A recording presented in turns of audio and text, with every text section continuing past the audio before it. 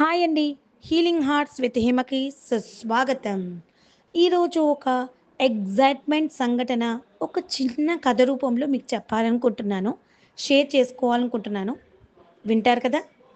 రేణు ఒక సాధారణమైన house wife అండి. పెళ్ళయ్యాక తన కోసం అన్నీ మర్చిపోయింది.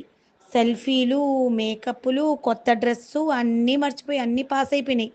పూర్తి సమయం వంటల గదిలో పిల్లలతో, ఇంటివారితో.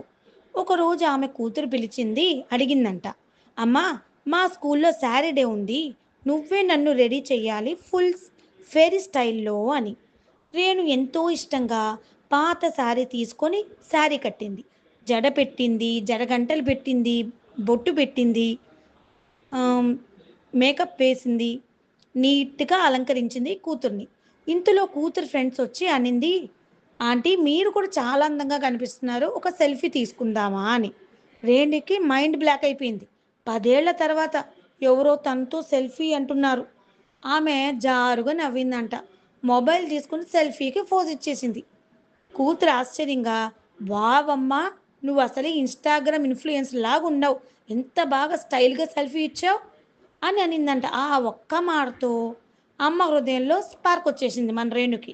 అప్పటినుంచి నాకో విషయం అర్థమైంది. నేను ఇంకా అందంగా ఉండగలను. నాకో ప్రత్యేకత ఉంది. మళ్ళీ నేను వెలుగవ్వాలి అని చెప్పి అనుకుందంట. ఇక్కడ ఒకటి అర్థం చేసుకోవాలా? ఒక చిన్న కామెంట్‌తో మళ్ళీ ఒక అమ్మ తనలోని ప్రేమ గుర్తు చేసుకున్నది. దానిలో నైపుణ్యాన్ని గుర్తు చేసుకుంది. ఎంత గ్రేట్ అండి! మీలో ఉన్న నైపుణ్యాన్ని మళ్ళీ మీరు రివిజన్ చేసుకుంటారా? రివైజ్ చేస్తారేమో ట్రై చేస్తారా?